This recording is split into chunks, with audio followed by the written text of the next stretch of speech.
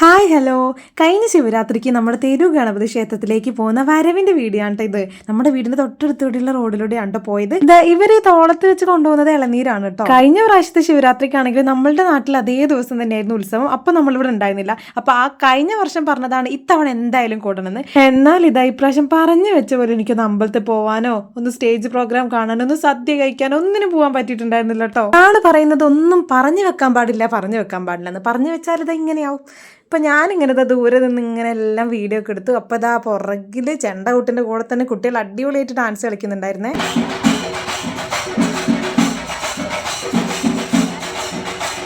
എന്തായാലും ചെണ്ടകൊട്ടും ഡാൻസും എല്ലാം ഉഷാറായിട്ടുണ്ടായിരുന്നു കേട്ടോ.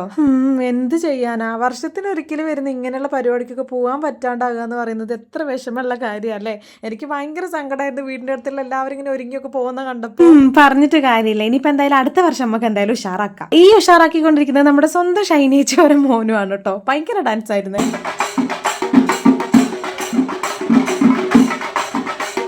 അങ്ങനെ ശിവരാത്രി ഒക്കെ കഴിഞ്ഞതിന്റെ പിറ്റേ ദിവസം നമ്മളെല്ലാരും കൂടി പോവാൻ കേട്ടോ. ഒരു സ്ഥലത്തേക്കാണ് പോകുന്നത്. നിങ്ങൾക്ക് കണ്ടപ്പോൾ മനസ്സിലായിട്ടുണ്ടാവും തൂക്കുപാത്രം കൊണ്ട് എങ്ങോട്ടാ പോകുന്നതെന്ന്. ഇപ്പോൾ ഇവിടെ എല്ലാ വർഷവും സ്ഥിരമായിട്ട് മുടങ്ങാണ്ട് ഇവർ ചെയ്യുന്ന ഒരു പരിപാടിയാണ് കേട്ടോ ഇത്. ഇപ്പോഴും പോകുന്ന പോലെ നമ്മൾ റെയിലൊക്കെ ഭയങ്കര പണി നടന്നുകൊണ്ടിരിക്കുകയാണ്. അപ്പോൾ അതൊക്കെ ചാടി കടന്നിട്ട് വേണം പോവാൻ. അങ്ങനെ നമ്മൾ അവിടെ നേരത്തും കാലത്ത് എത്തിയിട്ടുണ്ട് കേട്ടോ.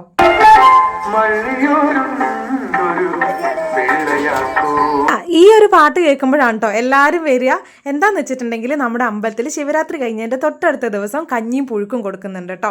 എന്താന്ന് വെച്ചിട്ടുണ്ടെങ്കിൽ രാത്രി 2 മണി 2:30 വരെ ശിവരാത്രിൻ്റെ പരിപാടി ആയിരിക്കും. അപ്പോൾ ഉറക്കം ഒഴിഞ്ഞിരിക്കുന്നവർക്ക് വേണ്ടിയിട്ട് പിറ്റേ ദിവസം രാവിലെ എണീറ്റൊന്ന് ഫുഡൊന്നും ഉണ്ടാക്കാൻ കഴിയില്ലല്ലോ എന്നുള്ള രീതിയിൽ കൊടുക്കുന്ന ഒരു അന്നദാനം അങ്ങനെ വേണമെങ്കിൽ പറയാം. ഉച്ചയ്ക്ക് 12 മണിയാണേ നല്ല വെയിലുണ്ടായിരുന്നു കേട്ടോ. അങ്ങനെ ഇതാ നമ്മൾ കഞ്ഞിയും കൊണ്ട് വീട്ടിലെത്തിയിട്ടുണ്ട്. അപ്പോൾ ലളിതേച്ചി പറഞ്ഞു ഇത്രയും ദൂരം നടന്ന് കൊണ്ടുവന്നതല്ലേ, കുറച്ച് കഞ്ഞിയും കുറച്ച് പുഴുക്കെടുത്തിട്ട് ഒന്ന് പുറത്തേക്ക് കളഞ്ഞേക്കുന്ന്. അങ്ങനെ ഞാൻ കുറച്ചെടുത്ത് പുറത്തേക്ക് കളഞ്ഞിട്ടു. ഇനിയിപ്പോൾ എനിക്ക് ക്ഷമല്ല, എനിക്ക് എന്ത് കിട്ടിയാലും അങ്ങനെ തന്നെ അപ്പം തിന്ന് നോക്കണം. അപ്പോൾ ഞാൻ എന്തായാലും കുറച്ച് ടേസ്റ്റ് നോക്കിയതാണ്. ഒരു സ്പൂണിലെടുത്തിട്ട് നല്ല ചൂടുണ്ടായിരുന്നു കേട്ടോ. കഞ്ഞിയിലാണെങ്കിൽ നിറയെ തേങ്ങയൊക്കെ ചിരകിയിട്ടിട്ട് നല്ല ടേസ്റ്റ് ഉണ്ടായിരുന്നു കേട്ടോ. ഉപ്പൊക്കെ ഇട്ടിട്ട് പിന്നെ ഞാൻ കുറച്ച് പുഴുക്കും കൂടെ എടുത്ത് കഴിച്ചിട്ടുണ്ടായിരുന്നു. നല്ല ചെറുപയറും കായൊക്കെ ഇട്ടിട്ടുള്ള പുഴുക്കാണ്. നല്ല ടേസ്റ്റ് ഉണ്ടായിരുന്നു കേട്ടോ.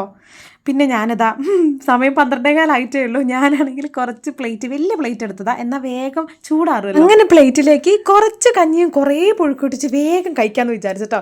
ഇത് ഞാൻ പിന്നെ ഇന്നലെ പൊരിച്ചു വെച്ച ഇതായിരുന്നു വഴുതനങ്ങ, പിന്നെ ഒരു കൊണ്ടാട്ടമുളക് എടുത്തു ഒരു ഭംഗിക്ക് വേണ്ടിയിട്ട്. അങ്ങനെ ഇതാ വേഗം പോയിരുന്ന് മുണങ്ങാൻ തുടങ്ങിട്ടോ. അയ്യോ നല്ല ടേസ്റ്റ് ഉണ്ടായിരുന്നു കേട്ടോ. കഞ്ഞിയാണെങ്കിൽ നല്ല ചൂടുണ്ടായിരുന്നു കേട്ടോ. ഞാൻ ഫാനൊക്കെ ഇട്ടിട്ടാണ് കഴിക്കാനിരുന്നത്. ഞങ്ങളുടെ നാട്ടിൽ ഇങ്ങനത്തെ പരിപാടിയൊന്നുമില്ല. അപ്പം നിങ്ങളുടെ നാട്ടിൽ ഇങ്ങനെയൊക്കെ ഉണ്ടെങ്കിൽ കമൻറ്റ് ചെയ്യട്ടോ. അപ്പം എല്ലാവർക്കും ടാറ്റ.